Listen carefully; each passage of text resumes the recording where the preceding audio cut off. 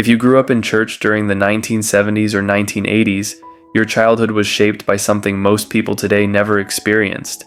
It was not just religion, it was a way of life. Church was culture, discipline, community, routine, and identity rolled into one. You were formed in an era before screens ruled attention, before worship became polished entertainment, and before community was optional.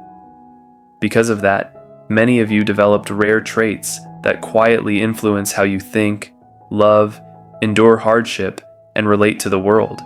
Here is what sets you apart and why only people from that era truly understand. 1. You learned stillness before the world learned noise. Church services were long, sometimes painfully long. No phones, no distractions, no snacks unless you snuck one in your pocket. You learned how to sit still. You learned how to listen. You learned how to endure boredom without collapsing. That discipline stayed with you. Today, many people panic in silence. You do not. You were trained early to be alone with your thoughts, to wait, to endure quiet moments without stimulation. That patience is rare now. 2.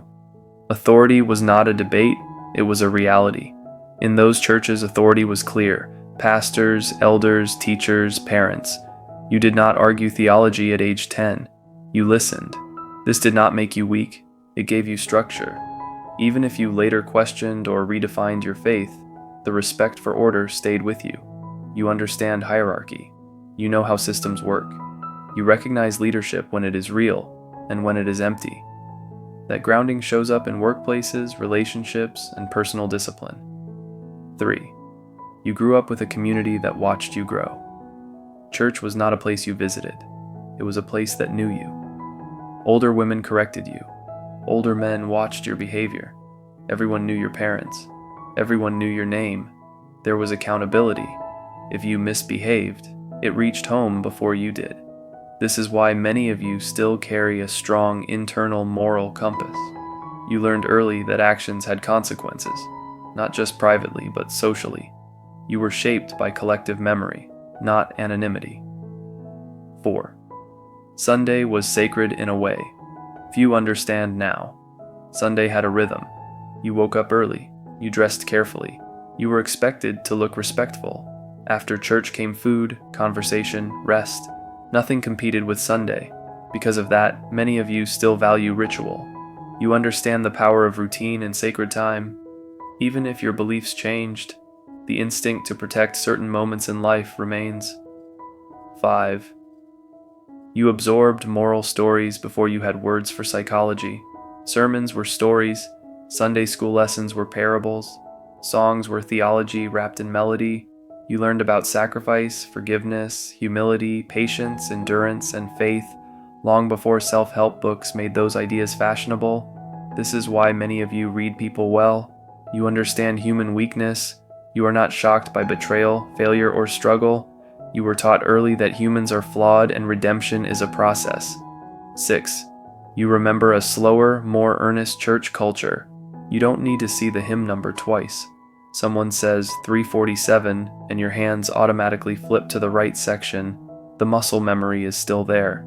You know that the responsive readings are in the back, that certain pages have that one tear or stain, and that the hymns in the hundreds are generally slower and more somber than those in the 400s. You can harmonize by ear because you stood between adults who knew all 4 parts, their voices surrounding you like an involuntary music lesson every Sunday. There was sincerity, even when things were imperfect. You can sense when something is authentic versus staged. That sensitivity did not come from social media, it came from lived experience. 7. You understand why certain shows still feel like home. Even outside church, certain stories still feel familiar to you because they echo what you were raised with. Shows like The Waltons, Little House on the Prairie, and Highway to Heaven were not just entertainment. They reflected values you already knew: family, sacrifice, discipline, faith, and community. When you watch them, it is not just nostalgia, it is recognition. You move slower than the world expects. You value meaning over trends. You sense what is missing even when you cannot name it. That comes from where you were formed. You were shaped in a time when faith was not optimized for attention and community was not optional.